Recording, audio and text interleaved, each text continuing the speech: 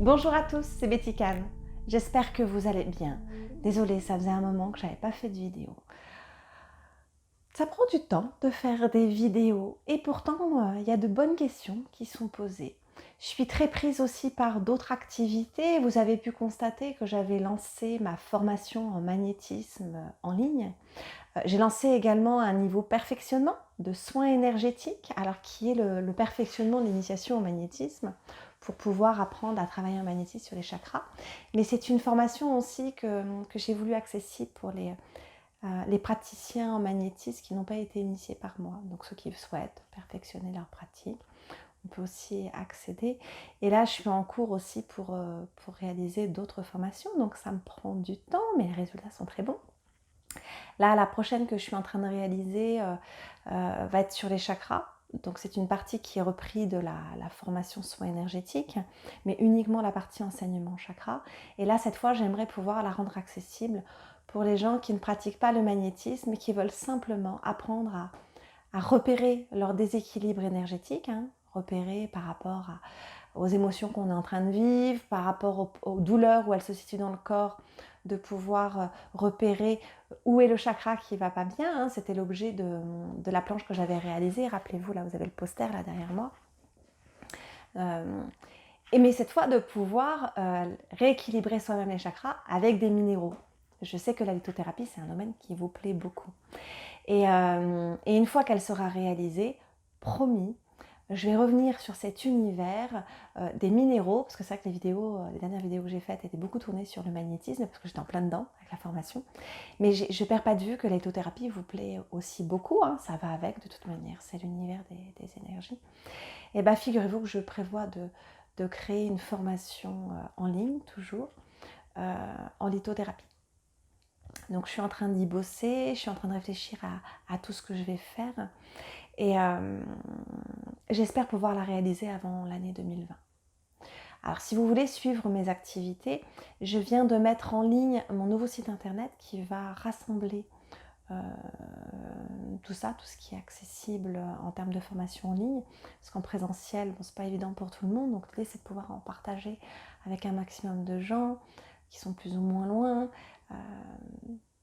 Donc vous pourrez suivre, ce sera affiché dans la barre de menu, vous savez, sous la vidéo, quand vous cliquez, il y a une barre dans laquelle on peut défiler, il y a un contenu que nous, les animateurs de vidéos, remplissons, dans lequel je mets des liens et j'ai créé un nouveau site qui s'appelle, en tout attaché, l'univers de Betty Can. Je suis en train de mettre aussi au point un espace boutique, parce que vous êtes nombreux à me demander de recommander des sites de vente de minéraux. Je cherche, je suis en cours là pour voir pour des partenaires pour vous en recommander des biens.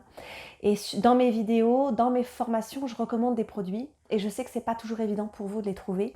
Donc petit à petit, je suis en train de voir pour créer un espace boutique qui vous permettra du coup de trouver des produits de qualité. Donc je suis en train, ça c'est du boulot aussi, parce que je commande des échantillons.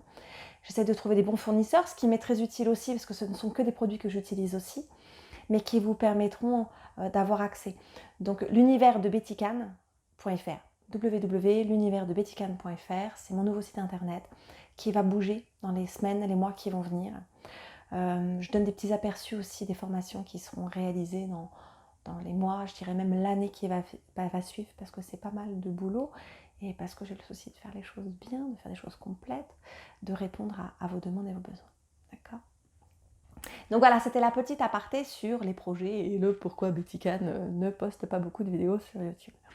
C'est du boulot tout ça, c'est du boulot, mais quand je vois les retours, ça me plaît. Ça me plaît de vous le partager. Ça me plaît que vous en fassiez une bonne utilisation et que du coup vous le partagiez autour de vous. Je le vis, c'est tellement bon d'apporter du bien-être aux autres, de pouvoir aider les autres. Donc la seule chose que je souhaite, c'est que vous-même vous puissiez le faire. Donc mon pari il est là, c'est ma plus grande motivation. Alors aujourd'hui je voulais répondre à une question qui m'est posée très souvent.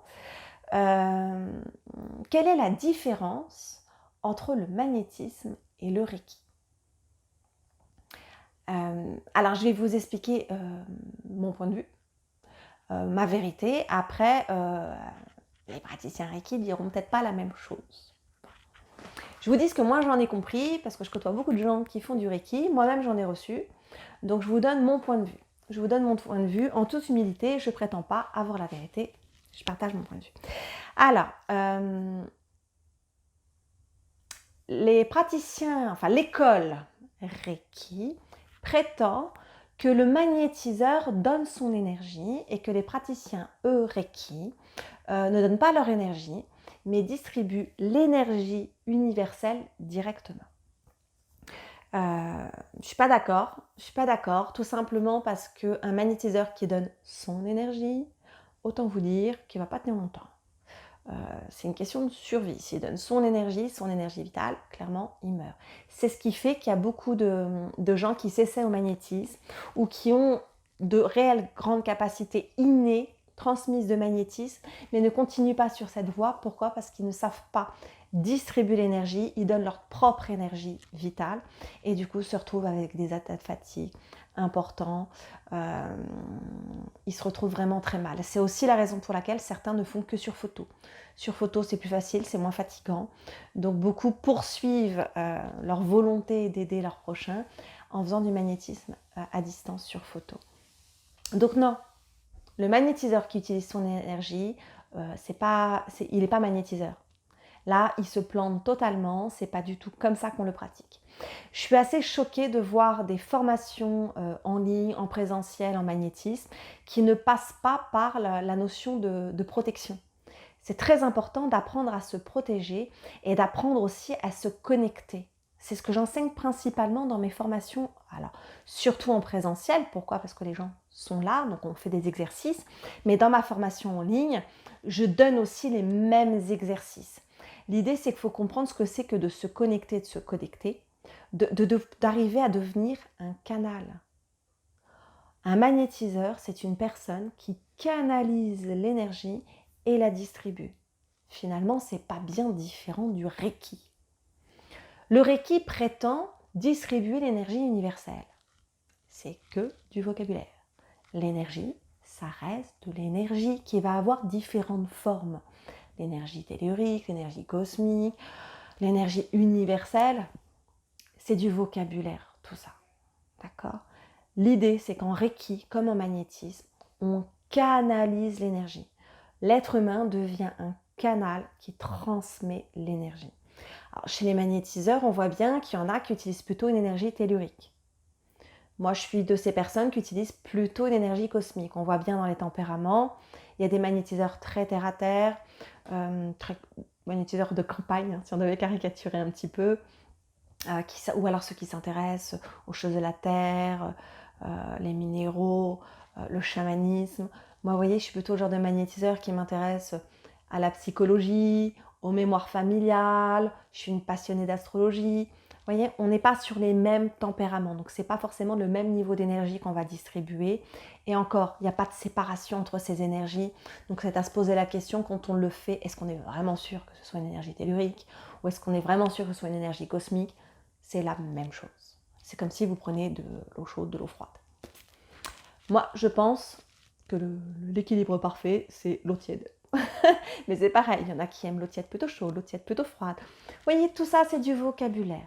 L'idée qu'il faut retenir, c'est qu'un praticien de magnétisme, de Reiki, c'est une personne qui apprend à canaliser l'énergie pour la transmettre à l'autre. Ou à canaliser la mauvaise énergie de l'autre pour l'enlever aussi. Et ce qu'il ne doit surtout pas faire, c'est en garder des miettes.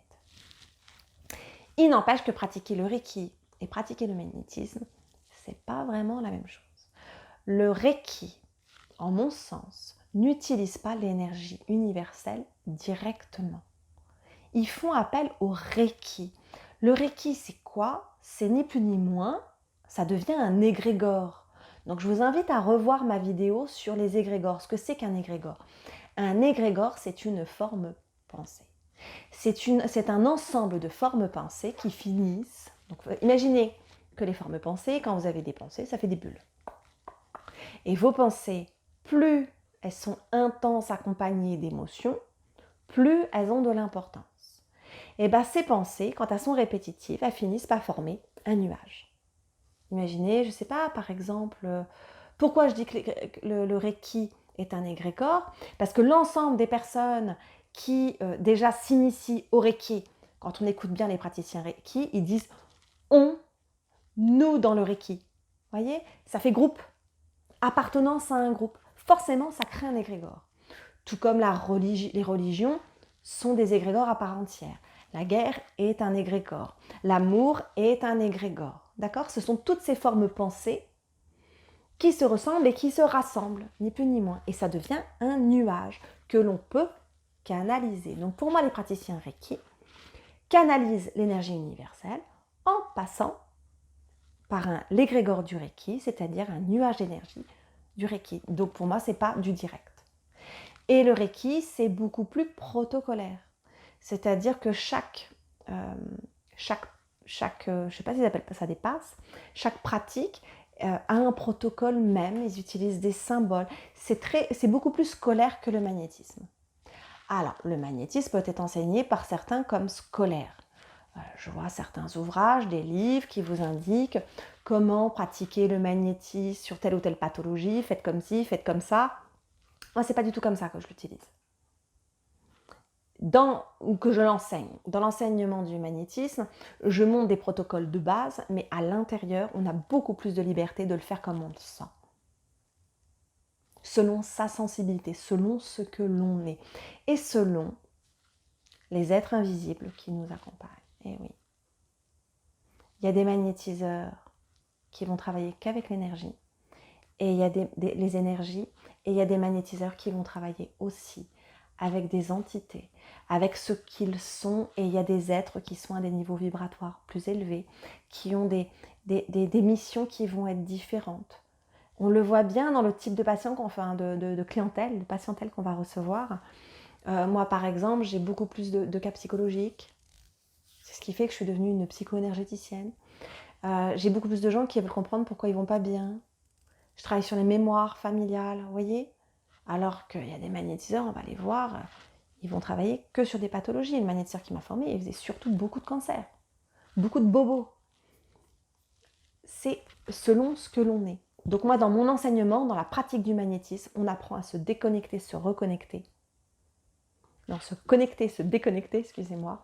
On apprend certaines passes qui ont du sens, qui permettent d'ouvrir par exemple une séance et de refermer une séance, de certains mouvements, comment faut surtout pas les faire.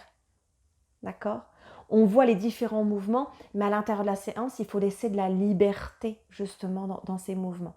Il y a des règles de base, mais ce n'est absolument pas protocolaire. Ce qui met certains en difficulté dans cette pratique, c'est qu'il y en a qui ont besoin de bases plus strictes, plus de rigueur, plus de... Voilà. C'est pas ce qu'offre le magnétisme. Il y a beaucoup de subtilité, alors que le Reiki, il suffit de faire ce qu'on vous a appris. D'accord. C'est pour ça que moi, je n'ai pas été attirée par le Reiki. Il y a trop de rigueur pour moi. J'ai besoin qu'il y ait plus de liberté. Alors, j'ai beaucoup de gens qui pratiquent le Reiki, qui se forment avec moi, puis du coup, ils font un mix des deux. Voilà, ils deviennent des praticiens en lien avec ce qu'ils sont. Donc moi, j'offre cette liberté et ça me paraît important de laisser place à un maximum d'intuition sans se laisser gouverner par les intuitions. On aura l'occasion d'en parler de ça. Bon, j'espère que la vidéo vous a plu, que j'ai répondu à la question. En tout cas, j'ai répondu, selon moi, à mon point de vue, encore une fois. Bon, si ça vous a plu, si les sujets vous intéressent, n'hésitez pas à liker la vidéo, la partager, à vous abonner si ce n'est pas encore fait. Et puis, pourquoi pas me faire des suggestions, poser des questions. C'est toujours bien. Et puis, je n'ai pas toujours le temps de répondre aux petits mots gentils, mais je les apprécie. Ils me touchent, je les lis. Je lis tout ce que je reçois. Après, je ne réponds pas toujours, parce que des fois, il y a des questions qui sont très... Il y a des gens qui sont très intrusifs. Il y a des gens qui me demandent des choses trop personnelles. Et puis, il y a des fois, il y a des questions qu'on peut pas... Je peux pas épiloguer à travers un mail, à travers un message. C'est pas possible. Ce serait presque l'objet d'une consultation en soi. Je peux pas, malheureusement, non, je peux pas. C'est pas un manque de générosité ou du snobisme de ma part, mais non, je peux pas toujours. Donc je vous prie d'être compréhensif avec moi. Et puis je vous dis, n'hésitez pas à aller en dessous la vidéo, j'y mets des petites informations, des liens. Il y a des liens sur mon site internet et voilà. Et voilà. À la prochaine. À bientôt. Prenez soin de vous. Au revoir.